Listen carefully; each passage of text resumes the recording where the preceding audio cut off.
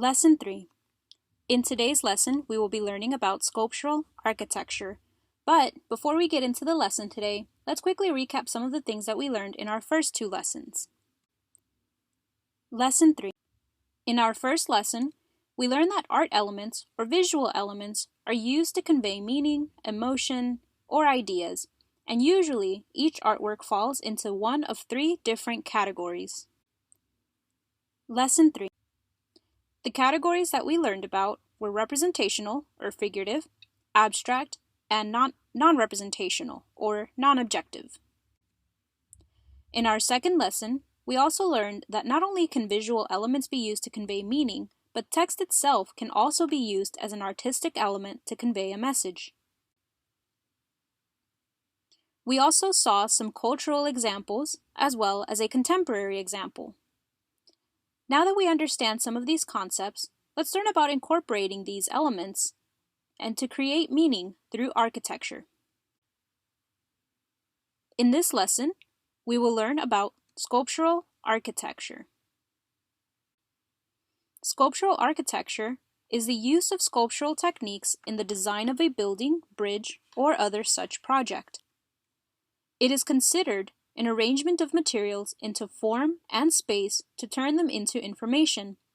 Think about it as you would arrange words on a page to create a sentence, or how you would use paint on a canvas to make an image.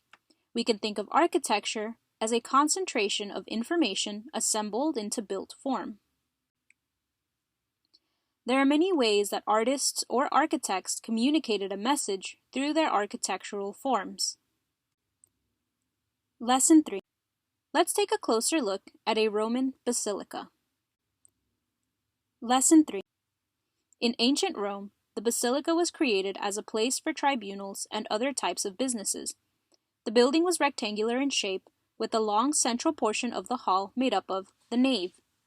Here, the interior reached its fullest height, and the far end of the nave, away from the main door, was a semicircular extension, usually with a half-dome roof. This area was the apse, and is where the magistrate or other senior officials would hold court. Because this plan allowed for many people to circulate within a large space, the general plan became an obvious choice for early Christian buildings. The structure of the building served to function as a large space for people to be able to congregate. Lesson 3. The intent or purpose of any work of art, even in architecture, is what we call its function. Keep in mind that form follows function,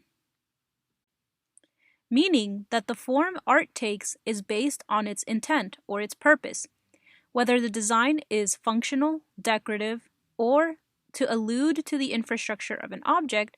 Form and function explores the relationship between the form of art and its function or its purpose. When we consider then that each architectural choice has a purpose or function, we can then start receiving information from these decisions. Let's look at this ceiling painting. Why do you think this image was painted on the ceiling? What is its purpose? Its purpose was so that when viewers would look up, it would be as if though they were looking up into the heavens and seeing these scenes.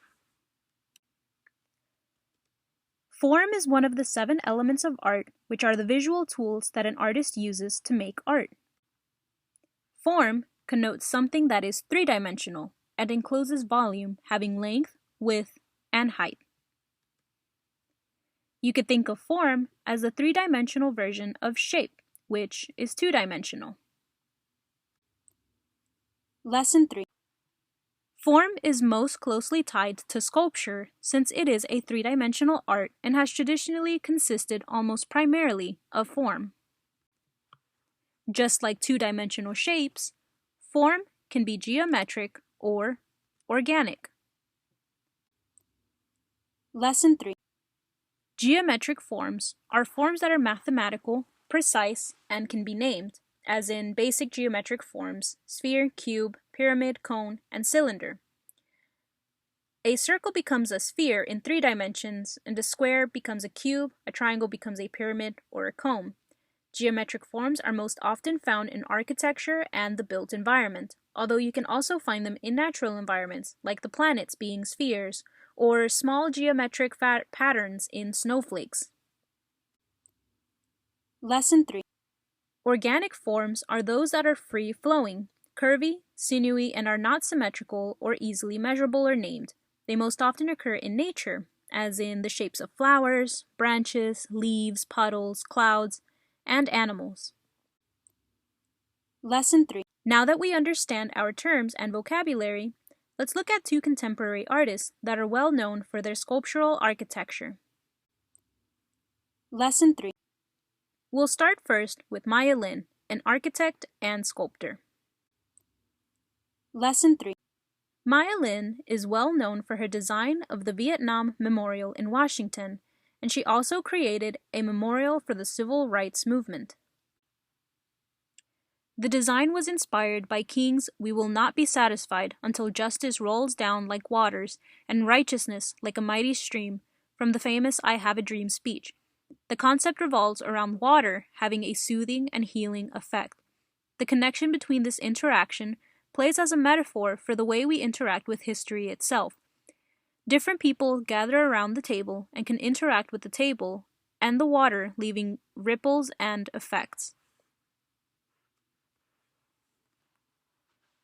The circular table chronicles the history, people's deaths, and legislative events.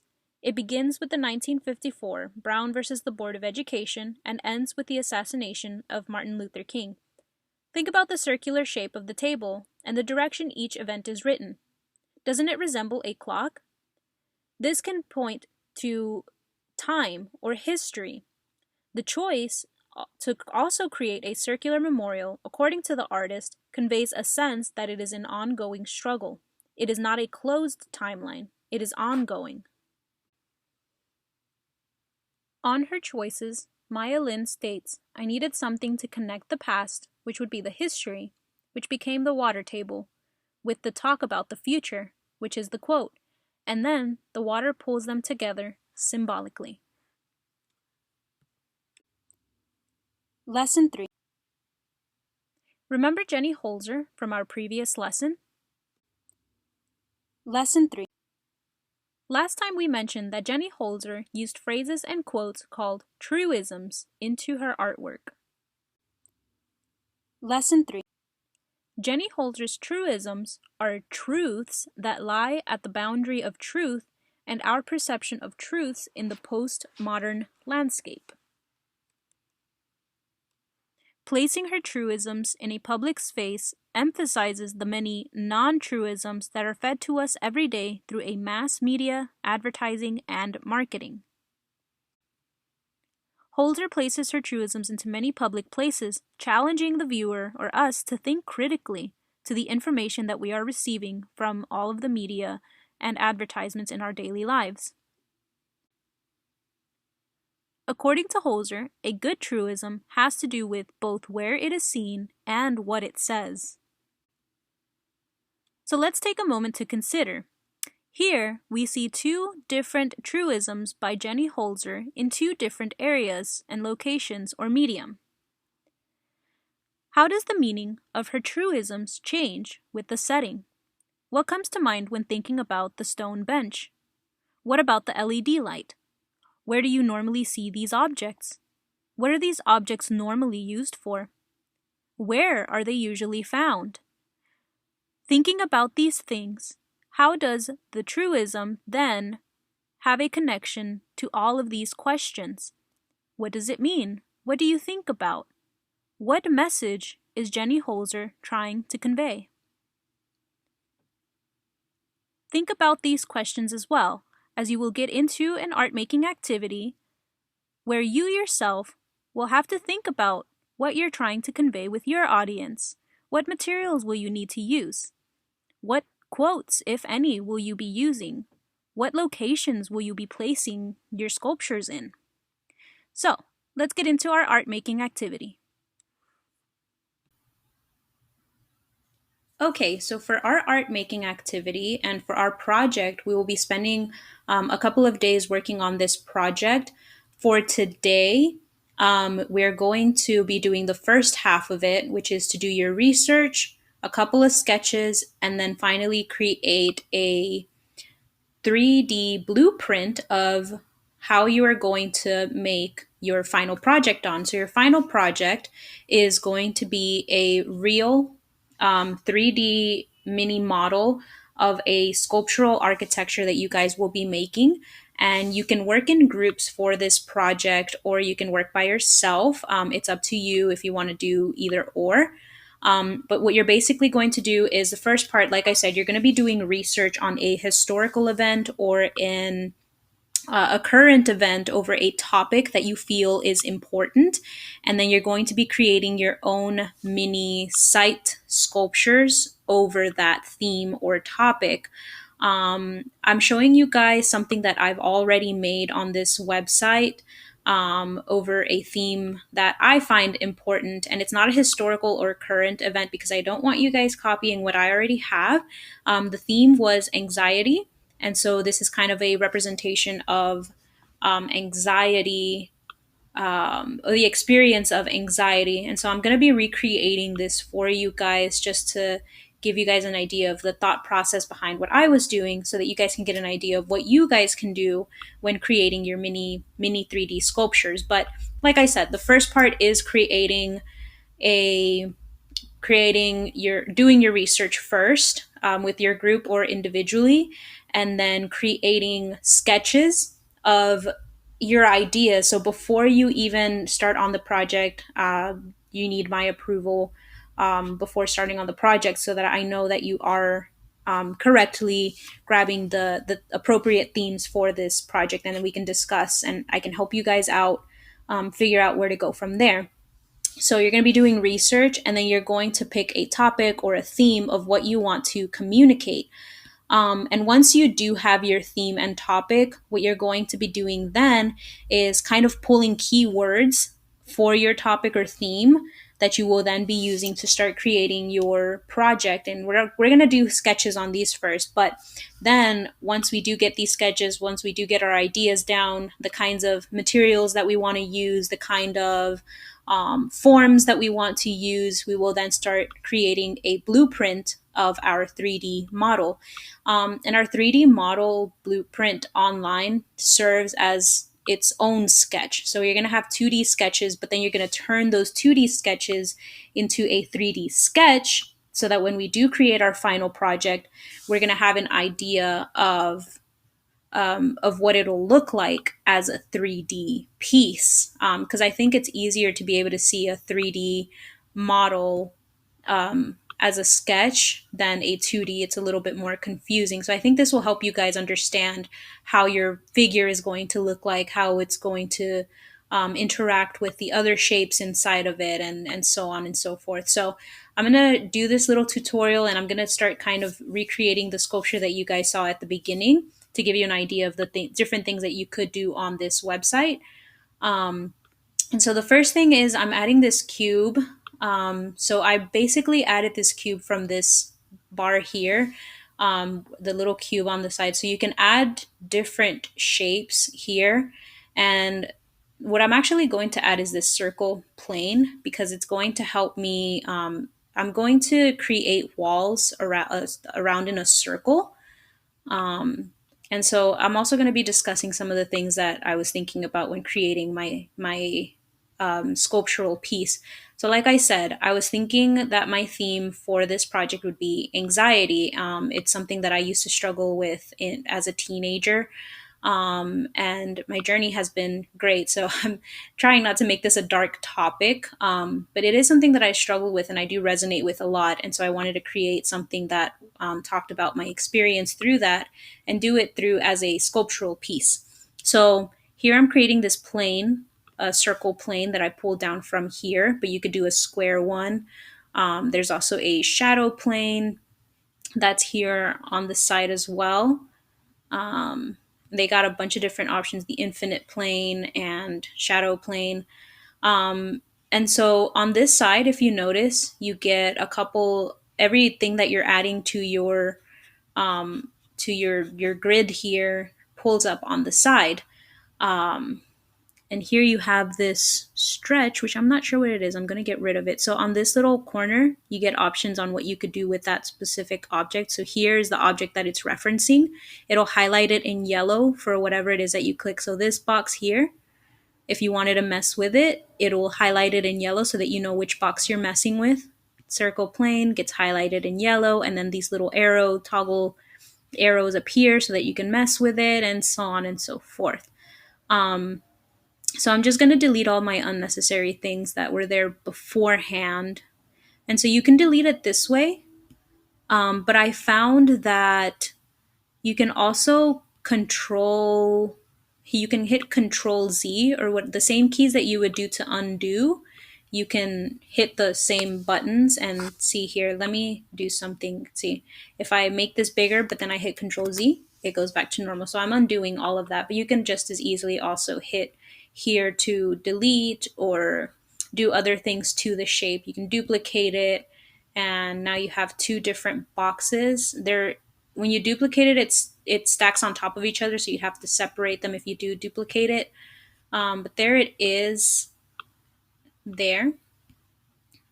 And so now you have two ones. And again, you can Control Delete, Control Z does undo, or you can just delete it from the side here. But I do want to add a bunch of these cubes, except I won't add them as cubes. What I'm going to do instead is make this into a wall. So I'm just going to, again, I'm just recreating that figure that you guys saw just at the beginning when I was demonstrating.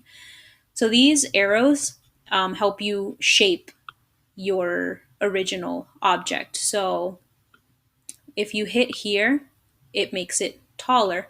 So the difference between, if you notice these arrows, there's this little knob here, and then there's this one here. So the difference is this one just applies it to that one region, whereas if you click here and you notice these highlight, this shows you what else is going to be applied. So not only are you making it bigger upwards, you're making it bigger sideways on those two highlighted sides. So if you click here, you notice that this gets highlighted. So that means that you're going out this way and you're going out this way when you hit this one. This is just an individual. It only goes up once. So I want my walls to be tall, but I also want them to be thin. And so the way that I'm going to do that is to hit this to make it thinner. Now I'm going to want them to be really thin, and I'm also going to want them, actually that's a good width there. That's actually the width that I want them. So now I'm going to start placing them in front of this circle pane. So now that I'm happy with this wall shape, I am going to create more so that they can go around in a circle. And so I'm just going to, and you can also control paste the same way that you would hit the keys, or again, you can hit this side and you can just duplicate. So when you hit duplicate, it's going to duplicate it right on top of the original. And so you would have to click this circle at the bottom, moves your objects. So that's how you move objects, is by clicking this circle at the bottom of each object. So if you click this the circle plane, you click, there's a circle there, and that's how you would move it. Although I don't want to move it. And you can actually lock, if you don't want this moving at all, you can lock it here on the side. And so I'm just going to do that really quick. I'm just duplicating these. Oh, and I'm also, because I want them to go around in a circle, notice how when I move this around, it moves it in this facing the same direction that it's in. But I don't want it facing that direction. I want it turning this way. And so if you notice here, you have these blue lines in between each arrow, and then when you hover over it, it gives you this round circle, right? So that means that you're turning the direction of your object. So I want it facing this way over here, and I want it closer to this circle plane here, right? So when you highlight or hover over it, that's how you would do it. And I don't want them on top of each other like this. I want them a little bit separate, just like that. Ooh, it's giving me a little bit of trouble, but yeah, I kind of want it to be not too close, maybe a little bit more. Maybe that's why it's giving me some trouble. But I do want it to be a little bit closer, which it won't let me. Okay. And I'm assuming that it's because it's anchoring to this plane. And I'm sure that there is a way, see, snap to middle. So you can, so this anchoring, this is your anchoring. So if you notice, I want this to be closer, but not too close. And you notice how it's automatically just snapping onto things. This is how you can turn that off. So either it snaps to the grid or it snaps to something. So I'm going to remove that. I don't want it to snap anywhere. So see, now I can move it closer without it moving around. And so I want there to be this kind of like narrow passageway right there, but not that much, right? Not too much, just a little bit. So now that I have that going there, and I'm clicking on the screen and moving with the mouse to change the angle for me to view.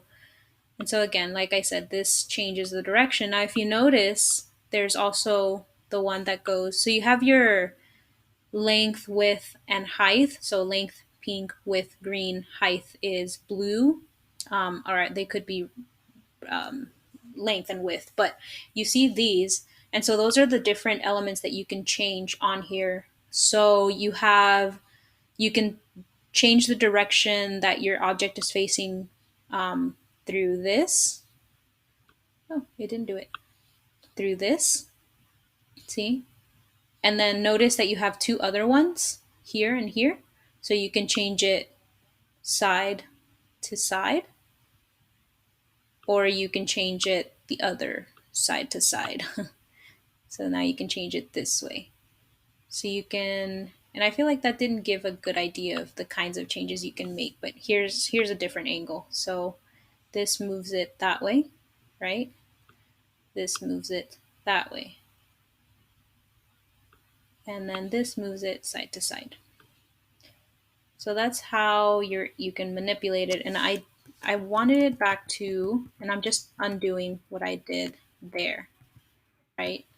So I put my wall back where it was, and I do want it facing just a little bit more. So I'm just going to continue duplicating these until I get a circle going.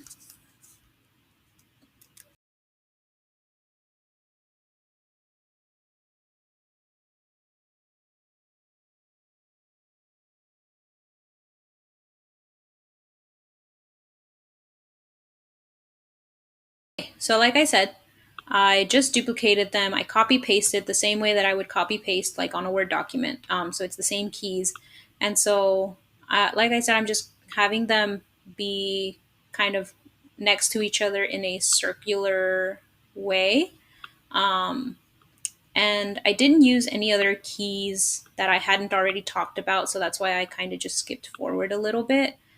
And again, I'm placing them right next to each other in a circular motion to kind of create an enclosed space. So here's where the ideas, and if I were to have done a sketch on this and already written down my ideas, some of the key words and sketches that I would have jotted down was in when it comes down to the theme of anxiety is how sometimes when you are dealing with this emotion or people who deal with it, can be described as being in an enclosed space. Or I know for me, I built up a lot of walls around the people around me or the situations around me, and it just felt like I was in this enclosed space in my mind.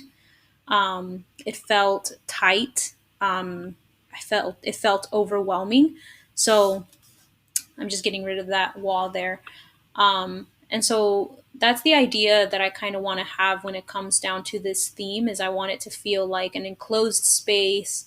You can't get into the inside without having to squeeze into these tight areas. So it's very difficult to get in, not impossible, but difficult, which is another theme that I wanted to incorporate for the specific topic that I have is how difficult it is to get to allow people into you know, into your not life, but um, yeah, basically your life or your emotions or yourself. You kind of put up these walls on people. I also wanted the walls to be really tall because another word that I would use to kind of relate to this experience is overwhelming. And I think if you have walls that are really tall, that makes it feel that much more overwhelming, or something that is just so much bigger than you are. It feels a little bit like if you've ever looked up at a building and you felt like it was going to fall over you, that kind of feeling of dread and fear of something that is not even moving. And so I wanted to get that same feeling with how tall these walls were. And I'm actually not happy with how tall the walls are. I want them a little bit taller.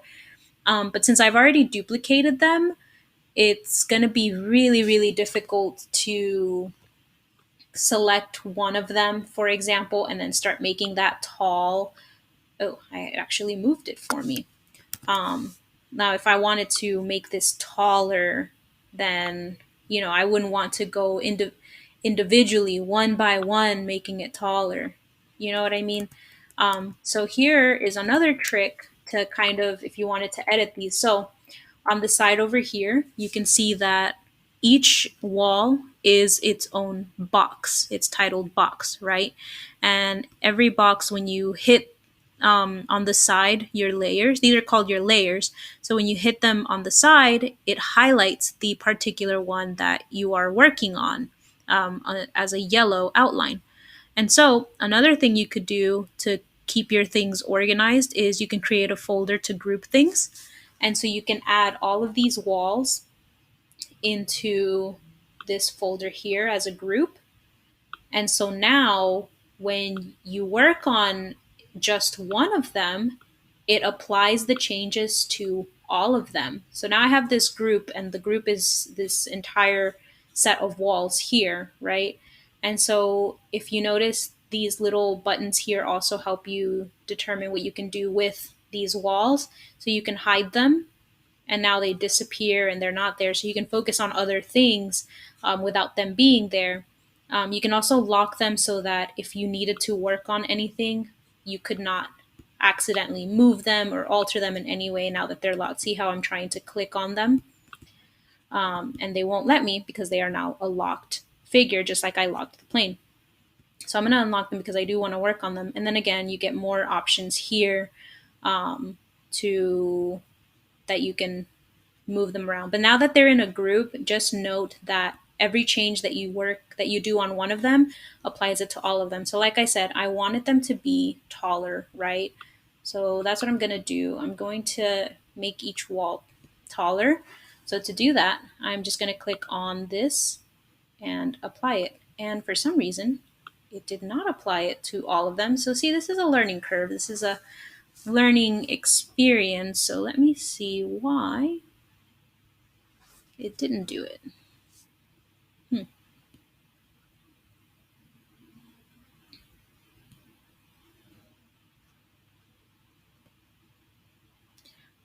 Okay, I think I figured it out. So, in order for you to make the changes necessary to all of them,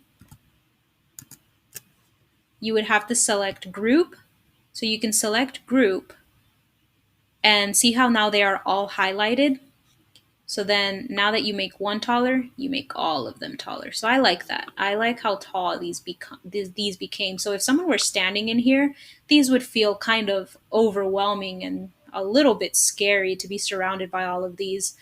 The other thing in my final project, and something that I would write down in my sketchbook, is that I want these walls inside to have text in them. I can't add text here because if I add text, it'll actually be a 3D text. So see here. But here's also another tool you can use if you wanted to incorporate some text and make it 3D.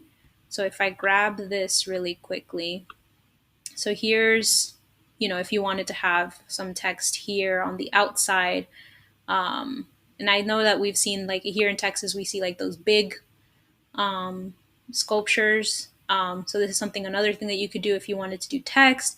And you can alter the text. Again, you can go here and do the same kind of changes that we've known here. But on the side, if you hit this, you can also alter the position, the scale, if you wanted it to make it bigger. You could change that here. See, if I do 10, change the number, it makes it ginormous. So see, now you got some arches. Let me change it down to 5 so you guys can see what I'm talking about as far as arches. So if you make it big, see, this could be like some doorways, but you're also using text that you can do as for your sculpture. If you wanted to, you can change the size of it, and then here's where you would change the words. So if I wanted to do, let's say, art, see, you could do it like that. You could do it in all caps, art. And then here's the font. If you wanted to do cursive or something like that, you got a bunch of options for the font. You can change the orientation, the way it is, the spacing. So there's a lot of different things that you could do. And then one of my favorite parts is the fact that you could change the material here on the side of what it's made out of. And you could also change the colors. So I'm going to delete the text because I don't want text in my project. I was just showing you guys some of the other things you could do.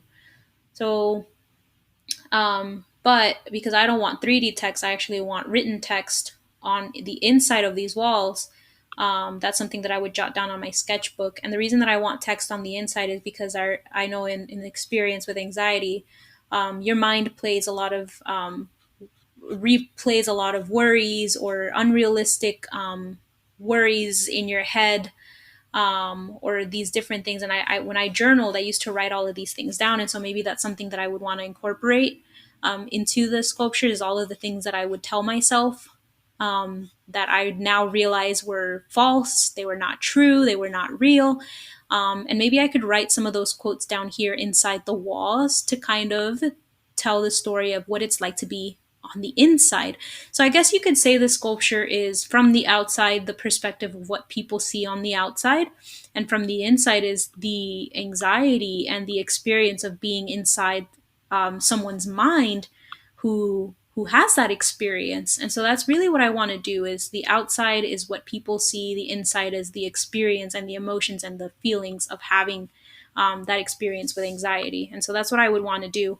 The next thing that I want to add, and like I said, you can add all kinds of different shapes here.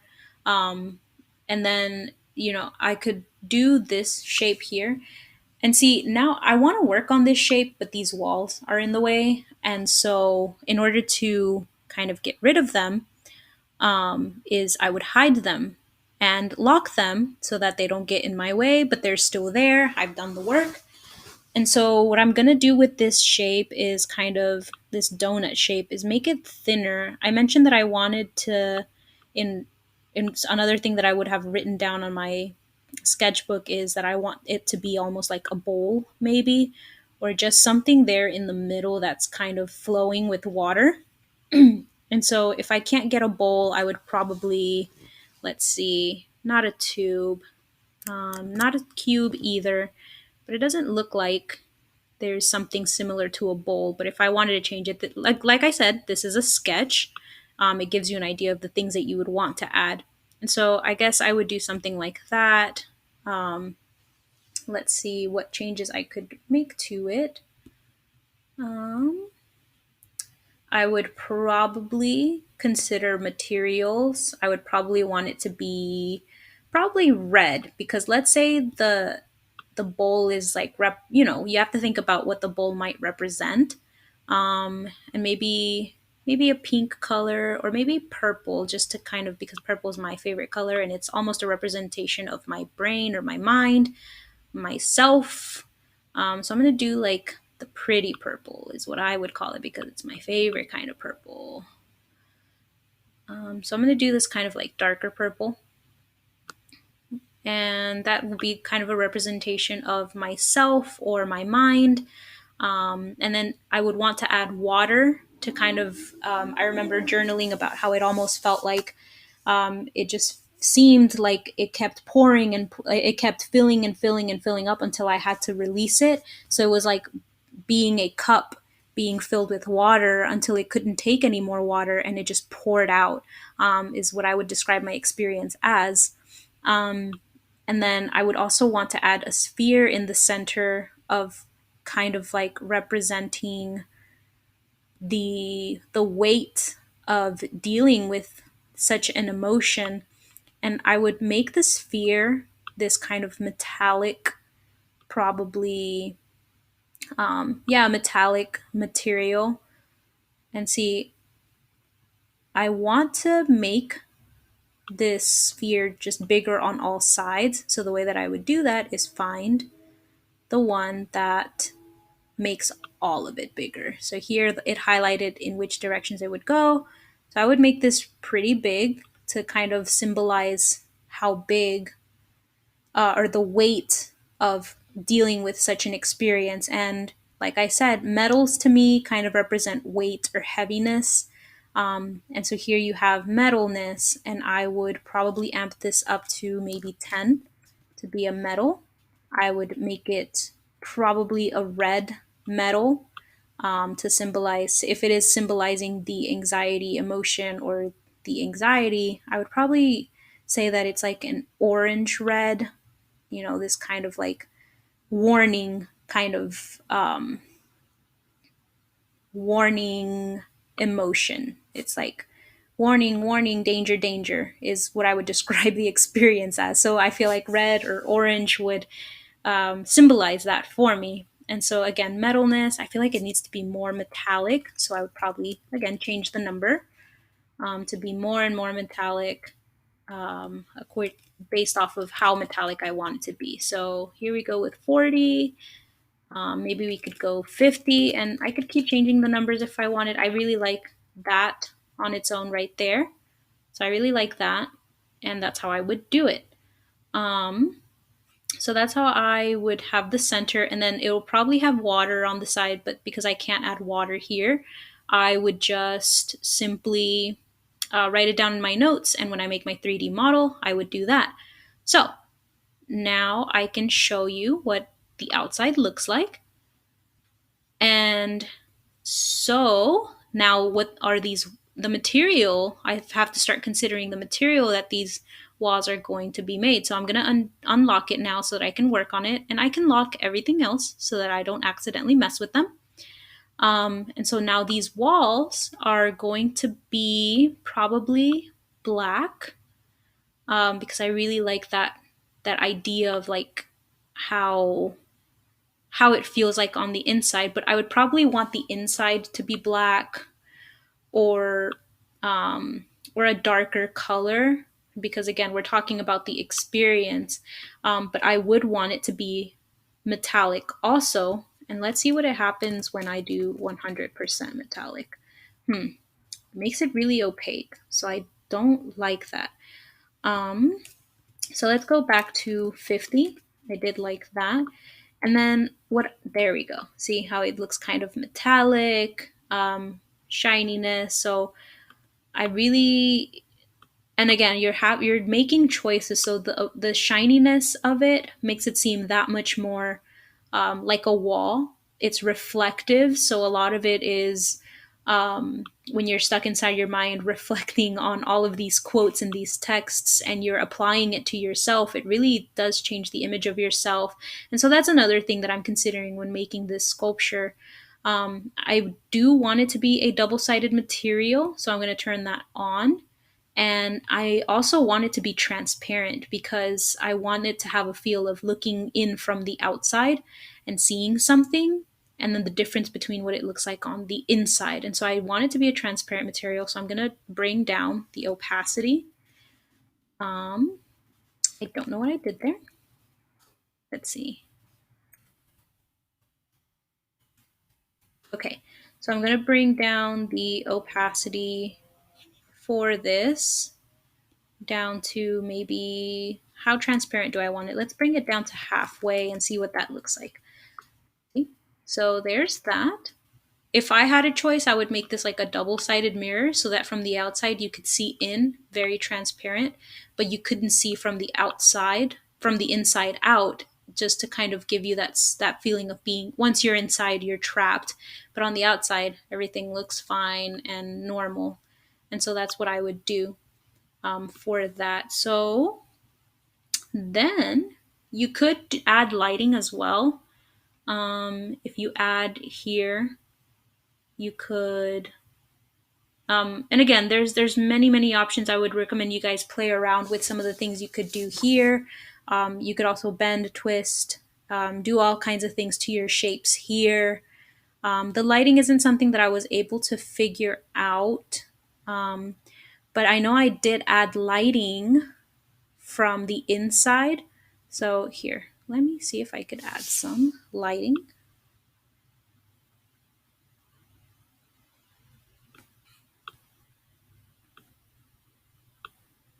And I would probably add that there and change the direction of it to maybe perhaps go upwards. I didn't consider lighting, so maybe I won't add that, but that's something you could do and just play around with it and see what kind of things you can get from it. So now you could also get different textures here. You could also turn it wired if that's something you wanted to do. See? So here's your blueprint as a wired. If that would help you with creating your sculpture, then you have textured. You could do this as well to give you ideas of like your shapes. But I like the textured one because it shows me what I'm working on. So the background, I could also change it to where it functions this way. Or you could add an image, but again, you would have to have the image ready and saved in your files. Once you hit render, it starts giving you the finished product. You can have your effects on, and then you can download the image. And that's how I created my sculpture. These are some of the changes after I thought about it more. And how the other one was a very metallic walls and you couldn't see on the inside. This one I did want you to see on the inside, so that's what I edited on this side, and that's why it looks different. Because I really wanted to work with something transparent, and so that's something that when I work on it as a 3D model, I'll have to keep in mind what materials am I going to use to make it transparent.